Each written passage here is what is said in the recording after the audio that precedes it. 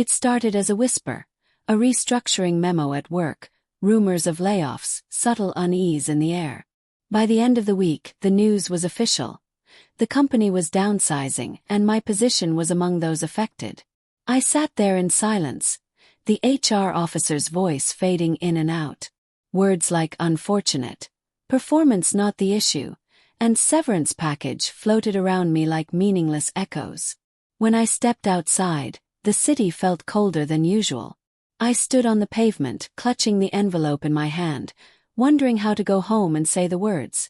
I lost my job. Ken found me sitting quietly on the balcony that evening. Amani was asleep, the house peaceful. Too peaceful. He didn't say anything at first, just sat next to me and took my hand. Finally, I whispered, "They let me go today." He turned, surprise flickering across his face. "What? Why?" "Restructuring," I said, forcing a smile. "I guess I'm now free." Ken was silent for a moment. Then he said softly, "You've carried this family through tougher things.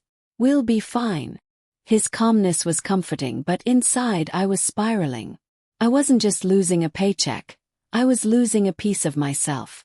Work had given me purpose, identity, something beyond the walls of our home. The following weeks were strange. At first I tried to enjoy the break. Long walks with Amani, cooking new meals, catching up on books. But soon rest turned into restlessness. One morning as I scrolled through old emails, I found an old draft I'd written years ago. My journey so far. A blog idea I never finished. Something stirred in me. That evening, after Ken went to bed, I opened my laptop and began typing. Words flowed effortlessly. About love, heartbreak, resilience, motherhood. I wrote until dawn, my heart pouring out everything I'd carried silently for years. A week later I published my first post. By morning, strangers were commenting.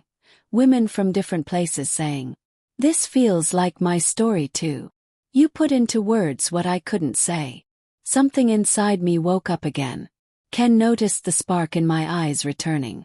One evening, he leaned over my shoulder as I typed and said, "Looks like my writer is back." I laughed. Maybe she never really left. She was just quiet. He smiled proud.